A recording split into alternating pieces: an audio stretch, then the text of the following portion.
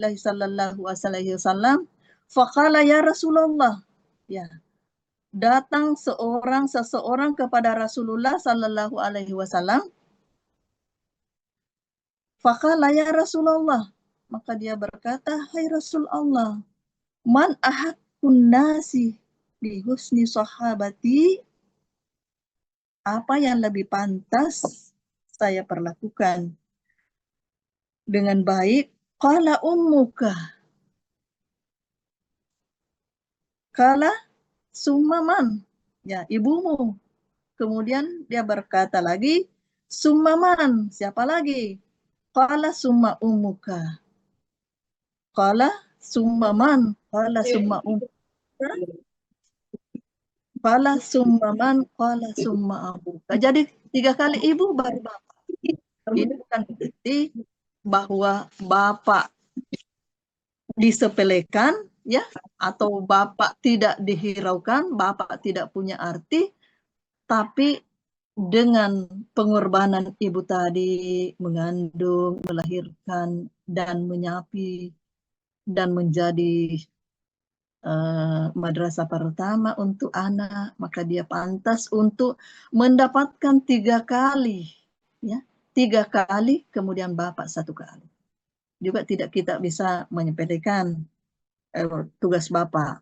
Kalau ibu jadi madrasah pertama, maka bapak jadi perancang kurikulumnya, ya, ya, jadi tidak lepas dari keterlibatan bapak.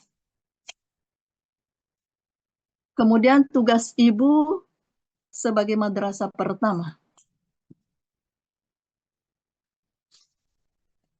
Saya tidak bisa lihat. Ibu-ibu yang saya hormati, jadi kita punya tugas ibu sebagai madrasah pertama. Yang pertama yaitu menanamkan tauhid.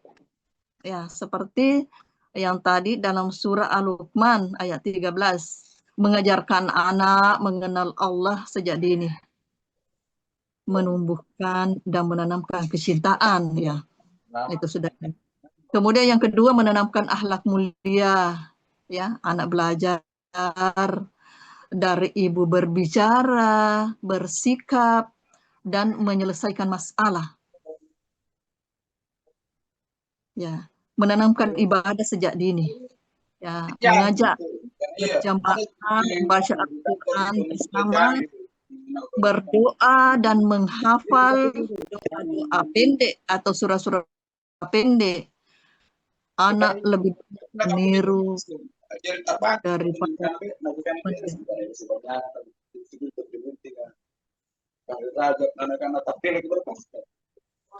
kemudian akhlak dan ibadah. Kita lihat slide berikutnya, akhlak dan ibadah. Itu tadi sebenarnya sudah menanamkan akhlak mulia. Anak belajar dari cara ibu berbicara, ya, cara ibu bersikap, cara ibu menyelesaikan masalah. Kemudian mengajak salat berjamaah, membaca Al-Quran bersama, berdoa sebelum dan sesudah aktivitas, ya, menghafal surah-surah pendek, ya. Rasulullah bersabda, innama bu'istu liutammima makarimal akhlak. Sesungguhnya aku diutus untuk menyempurnakan akhlak yang baik. Kemudian slide berikutnya itu keteladanan kuat dari nasihat. Keteladanan lebih kuat dari nasihat. Salat ibu mengajarkan ketaatan, ya. Ya, ibu salat tepat waktu, ya. Nah, apalagi kalau ibu salat tepat di awal waktu, ya. Karena salat itu ya yang namanya salat tepat waktu, salat mulai kalau duhur, mulai masuk duhur sampai asar, itu namanya tepat waktu. Lain dengan salat di awal waktu, ya. Ya. Kesabaran ibu mengajarkan keteguhan, ya. Ibu yang sabar menjadikan anaknya menjadi teguh. Kejujuran ibu mengajarkan integritas, ya. Anak melihat ibunya jujur, ya. Kesantunan ibu mengajarkan adab.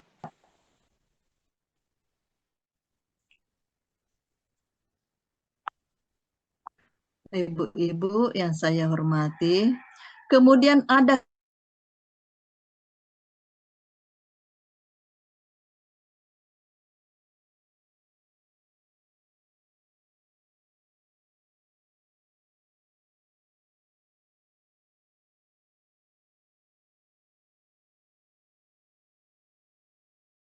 kita ini sering mendengar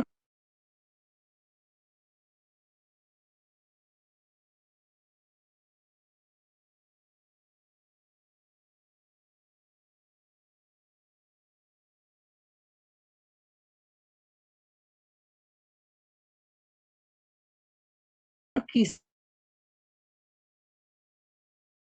ini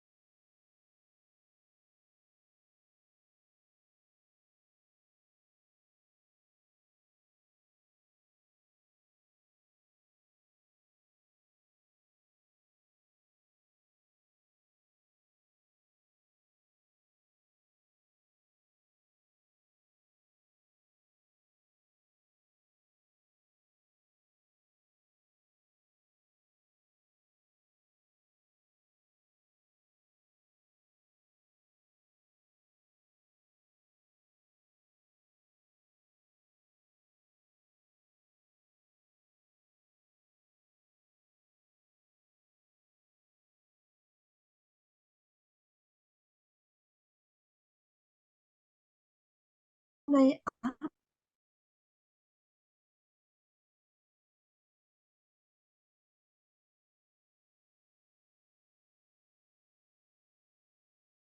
apa kira-kira? Kalau saat sekarang kita disuruh mengalirkan anak ke sungai, apa kita mampu? Apa kita mampu?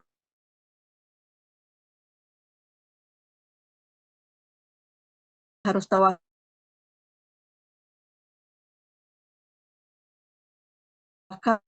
demi kebaikan anak-anak kita. Kemudian yang berikutnya itu tantangan ibu, ya. Tantangan ibu masuk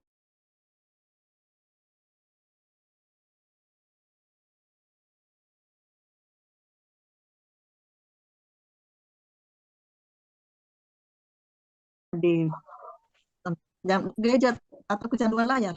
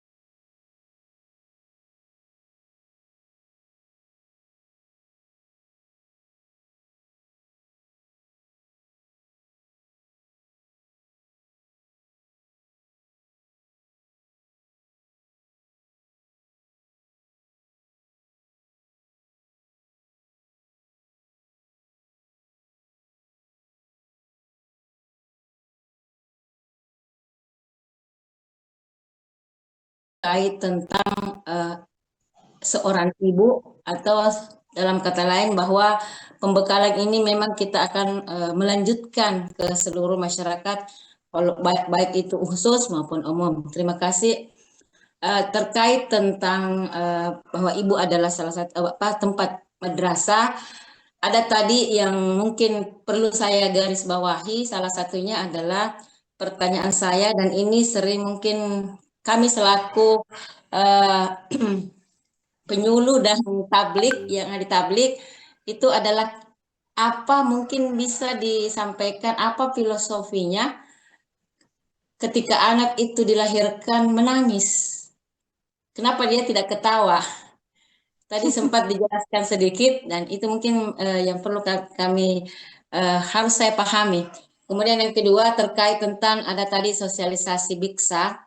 Biksa ini memang kita butuhkan, sangat dibutuhkan, di mana telah banyak disuguhi beberapa tantangan terkait tentang parenting, terkait tentang masalah-masalah yang ada di masyarakat. Ini butuh pendampingan ketat dan butuh bekal bagi yang ditunjuk sebagai konselor, di mana di dalam mendampingi keluarga yang bermasalah, ini memang perlu ada skill yang kita harus miliki. Karena kenapa? Jangan sampai kita membentuk salah satu biksa yang ada di kabupaten kota atau di daerah itu ketika turun pimpinan wilayah untuk memberikan sosialisasi, saya kira harus dituntaskan memang. Jangan sampai kita hanya datang untuk sosialisasi begitu saja tanpa ada eh, hasil yang kita eh, bawa pulang. Karena kenapa? Mungkin ini adalah salah satu tantangan buat kita. Saya juga ketika turun sosialisasi lalu tidak berdampak dan itu tidak ada hasilnya. Saya kira ini ketika turun ke daerah, ya jangan hanya satu hari, ya perlu mungkin sekaligus sosialisasi, sekaligus kita memberikan bekal kepada MTK untuk sekaligus saja, jadi satu kali kegiatan, tidak berkali-kali kegiatan. Karena ketika kita sudah launching untuk Biksa, maka kita siap untuk bagaimana kita berkontribusi kepada masyarakat. Demikian Ibu Unda, terima kasih. Assalamualaikum warahmatullahi wabarakatuh. Waalaikumsalam warahmatullahi wabarakatuh. Silakan Ibu. Iya, terima kasih banyak Ibu Sakra. Ya, Ibu Sakra ini yang banyak berkecimpung sebenarnya dalam masyarakat, utamanya keluarga Sakinah. Saya pernah ketemu di Kemenak pelatihan keluarga Sakinah. Pertanyaan pertama, apa filosofi anak menangis saat baru lahir? Ya, jadi kita melihat dari perspektif Islam. Tangisan bayi yang baru lahir merupakan tanda kehidupan dan kesehatan. Ya, dalam pandangan Islam, tangisan pertama bayi itu mengandung pelajaran dan hikmah yang mendalam. Ya Bu ya. Ya, jadi kalau ada anak-anak lahir tidak menangis, kaget kita semua. Ya, cucu saya yang keberapa itu lahir tidak menangis, langsung dilarikan ke ruangan apa itu. Kaget. Ya Bu ya. Yang pertama, tangisan sebagai tanda kehidupan. Secara medis, tangisan pertama menunjukkan paru-paru bayi mulai berfungsi dengan baik. Setelah keluar dari rahim. Ya. Tangisan itu menjadi pertanda bahwa Allah telah memberikan kehidupan baru kepada seorang hambanya. Ya. Tadi sudah dibacakan surah An-Nahl ayat 78. Wallahu akhrajakum min butuni ummahatikum la ta'lamuna syai'a. Ya, sudah tadi. Ayat ini menggambarkan bahwa manusia lahir dalam keadaan lemah dan bergantung sepenuhnya kepada pertolongan Allah dan kasih sayang orang tuanya. Ya. Kalau anak lahir lalu orang tuanya tidak sayang, ya, makanya orang tuanya tuh membawa kemana-mana saja atau mungkin membunuhnya. Tapi karena anak menangis itu dia minta pertolongan sebenarnya. Kemudian yang kedua, tangisan karena gangguan setan. Ada katanya gangguan setan. Ini ada dalam hadis sahih, Rasulullah bersabda, "Ma min mauludin yuladu illa massahu syaitan." hina yuladu fayashalu sarihan mimmassi syaitan. Tidak seorang bayi dilahirkan melainkan setan menyentuhnya ketika ia lahir. Iya. Sehingga ia menangis keras karena sentuh setan itu. Itu hadis. Hadis Bukhari dan Muslim. Nah, dalam riwayat yang sama disebutkan bahwa pengecualian diberikan kepada Nabi Isa alaihissalam dan ibunya Maryam karena doa perlindungan yang dipanjatkan oleh ibunya. Kemudian yang ketiga, filosofi kehidupan. Perjuangan dimulai sejak lahir. Ya. Tangisan bayi mengajarkan bahwa kehidupan dunia adalah tempat perjuangan, ujian dan kerja keras. Ya, makanya anak itu tidak ada anak lahir langsung ketawa. Ya, menangis dulu. Di situ Allah berfirman yang artinya sungguh kami telah menciptakan manusia berada dalam susah payah. Ya, jadi seolah-olah tangisan pertama bayi menjadi simbol bahwa perjalanan hidup manusia akan dipenuhi berbagai tantangan yang harus dihadapi dengan iman dan kesabaran. Kemudian berikutnya, tangisan mengundang kasih sayang. Allah menciptakan tangisan bayi sebagai sarana komunikasi pertama dengan ibunya. Tangisan itu menggerakkan hati orang tua untuk merawat, menyusui, dan melindunginya. Ini menjadi bukti kasih sayang Allah yang ditanamkan dalam hati seorang ibu. Rasulullah bersabda, ar-rahimuna yarhamuhumur rahman. Orang yang penyayang akan disayangi Allah yang Maha Pengasih. Jadi mari ibu-ibu kita harus menjadi orang penyayang. Ya. Karena kalau kita penyayang, ya pasti kita disayangi Allah. Kayak Bu ya. Ya. Tapi kalau ibu-ibu Aisyah itu ya penyayang semua. Nah, tangisan pertama bayi bukan sekedar suara, tetapi mengandung pesan bahwa kehidupan adalah amanah dari Allah. Anak memerlukan perlindungan iman sejak lahir. Ya, berikutnya itu perjuangan mendidik anak dimulai sejak detik pertama kehidupannya. Kasih sayang ibu adalah madrasah pertama yang bagi anak.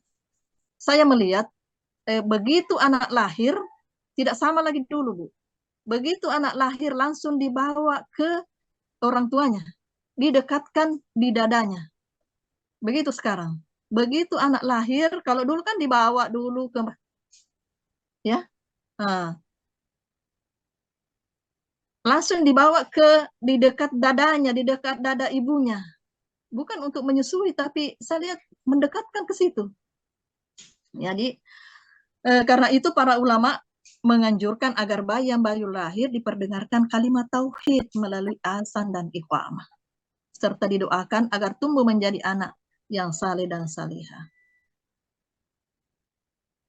Dan ini ada pesan, jika seorang bayi memulai hidupnya dengan tangisan, maka tugas orang tua adalah mengubah tangisan itu menjadi senyuman melalui pendidikan iman, kasih sayang, dan keteladanan yang baik.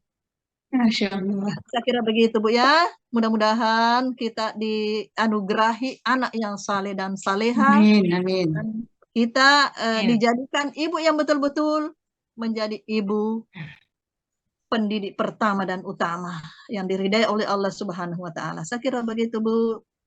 Terima kasih. Masya Allah. Terima kasih Bu Materi. Demikianlah tadi apa yang kita dengarkan bersama terkait dengan ibu sebagai madrasatul ula. Ya. Ada beberapa pertanyaan yang menarik, ya. Dan itu menjadi tantangan tersendiri bagi kita, khususnya anggota Aisyah. Ya. Terkhusus tadi bagaimana kita menyikapi tantangan itu, yaitu gadget, media sosial, yang suka mengupdate status, ya. Inilah peranan ibu ya untuk memberikan edukasi kepada anak, dan ibu sendiri jangan melakukan itu. Ya. Perlu ada komunikasi yang intensif dengan anak dan perlu ada ketegasan tanpa kekerasan, ya, sehingga anak bisa menerima apa yang menjadi nasihat dan keteladanan kita.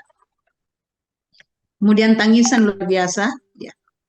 Satu pesan filosofis yang sama-sama kita dengarkan tadi, bukan sekedar tangisan tetapi satu amanah, ya. Dan hendaklah tangisan itu direspon ibu-ibu dengan melalui pendidikan, ya. Sekarang kita melangkah ke acara, atau masih ada sepertinya nih. Tapi Sudah waktu, Bu. pukul. Iya, iya. Iya, mohon maaf Ibu, karena kita dibatasi oleh waktu, kita masih ingin berkegiatan. Mari kita melangkah ke acara selanjutnya, yaitu penguatan, ya, dari Ibu Ketua Pimpinan Wilayah Asia Sulawesi Selatan kepada Ibu Dr. Mahmuda M. Humdi, silakan. Terima kasih banyak Ibu Moderator, Ibu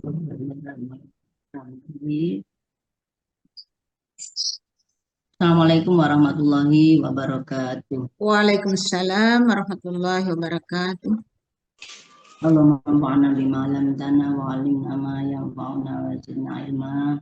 Asyhadu an la ilaha illallah wa asyhadu anna Muhammadar Rasulullah. Raditu billahi rabba wa bil islami dina.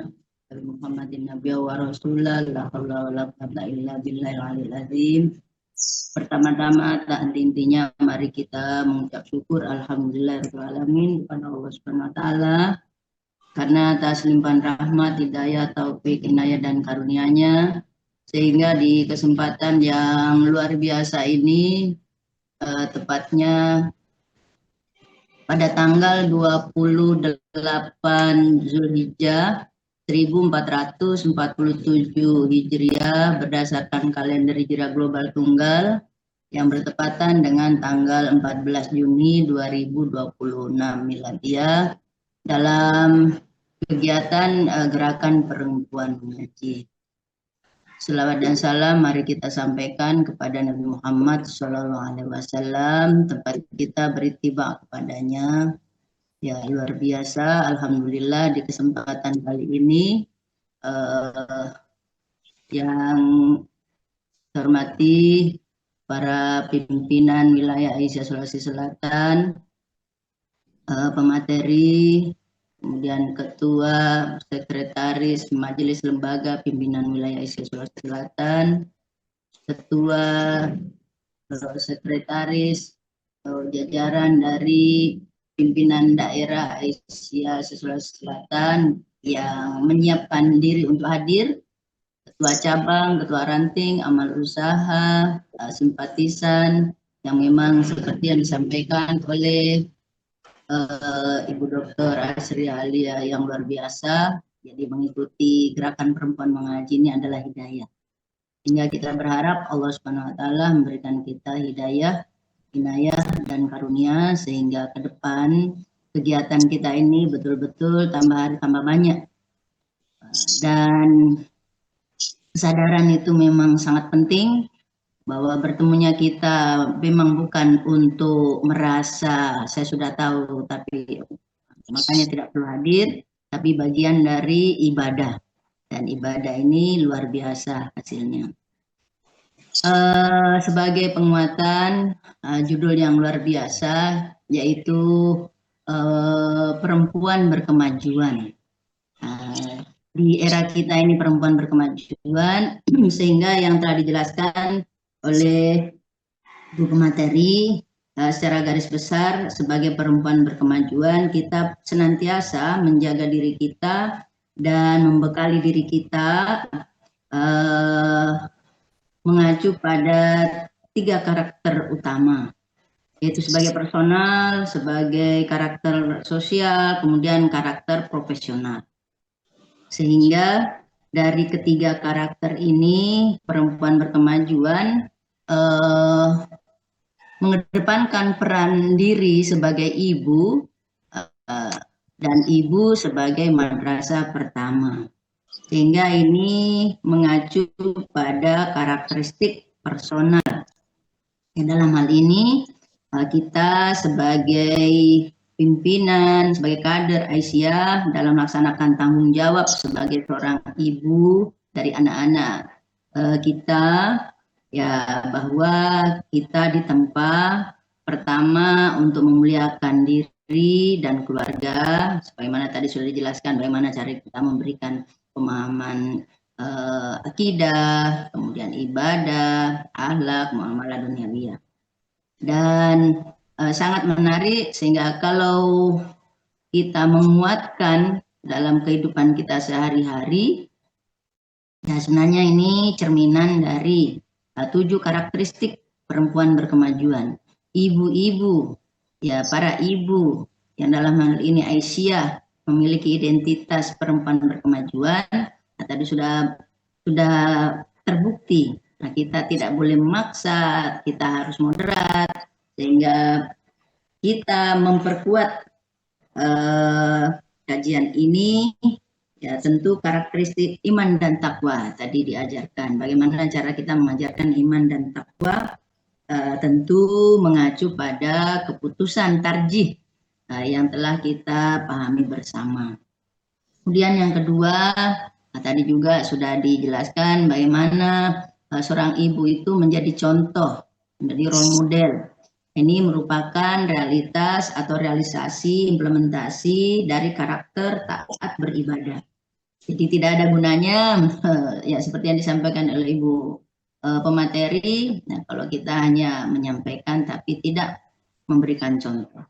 Kemudian yang ketiga, akhlak karimah, juga bagaimana kita bertutur kata ya yang sopan, karena kesopanan itu menjadi sebuah adab. Nah, ini yang diajarkan oleh hasil muktamar kita, yaitu karakteristik perempuan berkemajuan, khususnya akhlak karimah. Kemudian berpikir tajdid. Nah, tadi juga sudah dijelaskan bagaimana kita menyiasati ada dalam keluarga melaksanakan ulang tahun, bagaimana cara kita menyampaikan. Dan memang tugas majelis tablik seperti yang disampaikan tadi, kita menyampaikan bali wani walau ayah, jadi menyampaikan sesuatu dan yang mendengarkan penyampaian menyampaikan kembali sesuatu itu. Dan yang terpenting lagi bersifat wasyatiyah, jadi kita tidak boleh berlebihan, termasuk tadi menggunakan gadget. Nah, tidak boleh berlebihan. Dan ini sudah saya lihat, kita alhamdulillah masing-masing memiliki cara untuk berwasyatiyah. Contoh tadi penggunaan gadget. Kemudian amalia solihah, dalam hal ini kita melakukan sesuatu, yaitu bagaimana dalam menyampaikan sesuatu itu bernilai ibadah. Jadi beramal solih. Ya, amal solih tadi dikatakan juga didasari oleh iman. Iman, ilmu, amal. Dan yang berikutnya, yang terakhir, yaitu bersifat inklusif. Jadi menghargai keragaman. Bagaimana orang tua menghargai anak-anak kita dalam menyampaikan tadi yang dicontohkan oleh Ibu WR1 dari Bone. Nah, itu contoh yang bagus, sikap kita inklusif, sehingga kita sudah memberikan aba-aba dan kita mendengar, kemudian bagaimana kita bersikap. Koreksi sedikit Bu Ketua, bukan WR1, WR2. Oh ya, maaf, Ibu WR2. Ya. Dengan demikian bermodalkan ya model dari kader Aisyah, yang mana ibu sebagai madrasah ula, madrasah pertama, ini sangat penting. Dan tugas kita bersama yang leading sektornya adalah majelis tablik dan ketarjihan. Kita berharap dengan materi yang luar biasa ini kita menyosialisasikan, tentu karena kita ini sudah organisasi, sehingga bagaimana pengajian-pengajian kita ini diisi dengan putusan-putusan yang telah ditetapkan oleh muktamar, muswil, musda, muscap, musran, nah seperti itu. Sehingga insya Allah tidak lama lagi akhir periode ini, maka program kerja telah selesai dan berdampak pada diri, keluarga, masyarakat, umat, dan bangsa yang dalam hal ini menciptakan rahmatan lil alamin. Sekali lagi, jangan jenuh dan bosan mengikuti gerakan perempuan mengaji, tapi kita senantiasa mendoakan kader-kader Aisyah bahwa bertemu dalam room ini bukan sekadar rutinitas, melainkan sebuah ibadah. Jadi wa'bud rabbaka hatta ya'tiyakal yaqin. Mari kita beribadah kepada Allah Subhanahu wa taala, dalam hal ini salat kita kembangkan secara kontekstual, bukan sekadar salat, tapi patut dan tunduk kepada Allah Subhanahu wa taala sampai ajal kita menjemput, insyaallah. Nasrul minallah wa fathun qarib wa basyiril mu'minin. Assalamualaikum warahmatullahi wabarakatuh. Waalaikumsalam warahmatullahi wabarakatuh. Terima kasih Ibu Ketua. Assalamualaikum warahmatullahi wabarakatuh. Demikianlah tadi seluruh rangkaian acara Gerakan Perempuan Mengaji. Semoga apa yang kita dapatkan bersama menjadi bekal untuk melanjutkan perjuangan kita sebagai ibu ya, Madrasatul Ula. Terima kasih kepada Ibu Pemateri Dr. Asria Alia MPDI, kepada Ibu Ketua dan seluruh jajarannya, serta ibu-ibu yang sempat hadir di Zoom ini. Sehat semua, mari kita tutup bersama-sama dengan membaca surah Al-Asr. Bismillahirrahmanirrahim.